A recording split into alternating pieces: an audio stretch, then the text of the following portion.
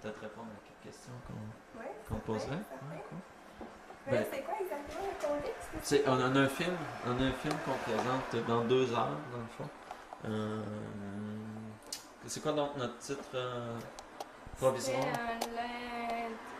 La chasse à l'instant. Capturer Capturer l'instant, voilà. Ouais. Fait qu'on va peut-être te faire juste signer une décharge, Ouais, ok. puis ça va pas être long. Mon Dieu, je m'attendais pas à ça en enfant. Dans le fond, peut-être comme juste ton impression, comment tu te sens là, présentement, comme dans un documentaire spontané? Comment je me sens?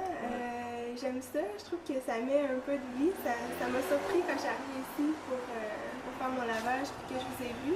J'aime ça. Ça prend le spontané des gens. Ça va dans la réalité quotidienne aussi. Capte ses yeux. Le but du cinéma spontané, c'est de capturer l'instant.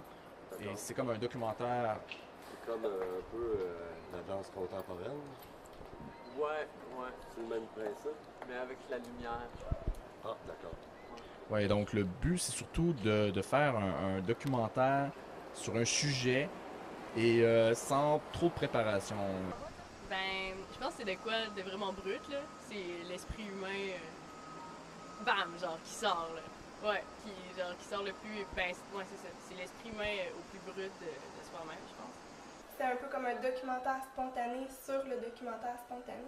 Oui, c'est exactement ça, je pense. C'est assez rapide comme Ouais, réflexion. ouais, exact.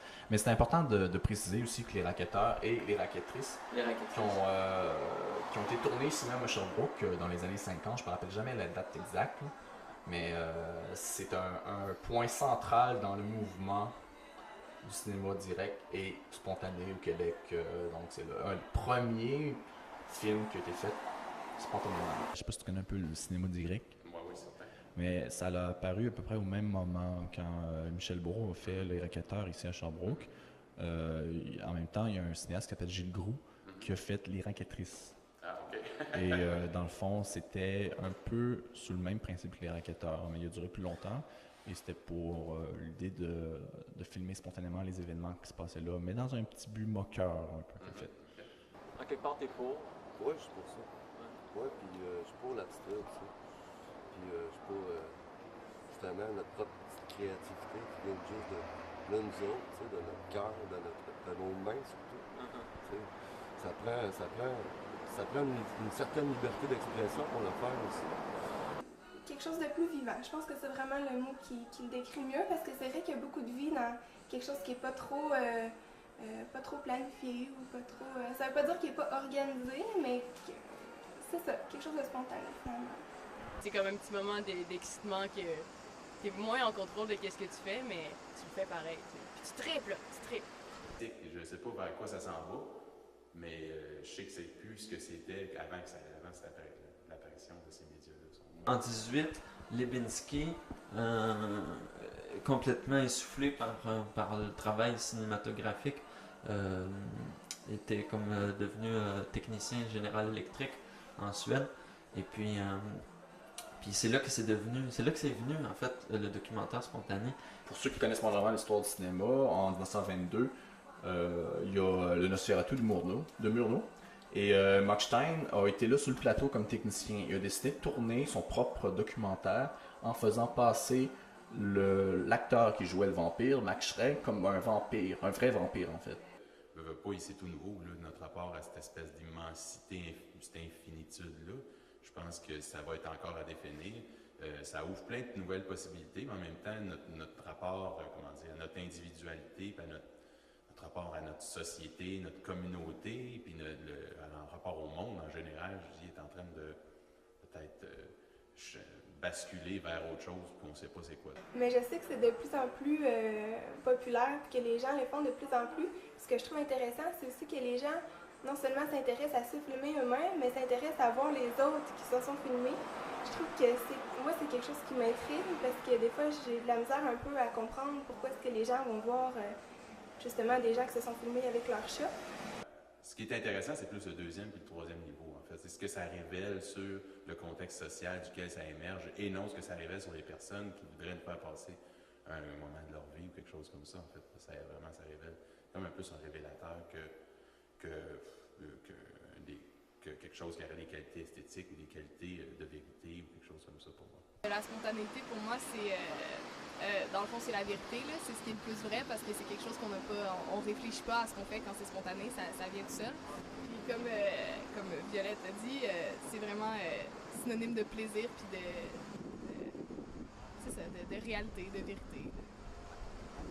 Super. Puis qu'est-ce que vous pensez des vidéos de chats? Des vidéos de chats. C'est la condition même des chats, dans le fond. C'est leur condition d'être comme soumis, absent, comme quasiment toute perte animale, dans le fond, du chat, qui est là, qui se roule, qui joue avec une boute, c'est ça. Mockstein, après cette tragique histoire-là, ensuite de ça, lui laisse tomber complètement le documentaire pour le documentaire spontané, Ouais. comme une course vers le présent toujours, puis pour effacer, d'après moi, les traces du passé. C'est vraiment, en tout cas, c'est ce qu'on appelle dans le documentaire spontané la spirale. C'est l'état qu'un documentariste spontanéiste atteint lorsque le sujet l'amène à approfondir la vision de la société du cinéma à travers ses rencontres. Donc, puis c'est des moments parfois tragiques. Des fois, tu prends un stylo, puis l'encre reste collée au fond. Puis dans le fond, le documentaire spontané, c'est un peu ça. Des fois, ça prend beaucoup de temps avant d'expulser l'encre, d'expulser le sujet.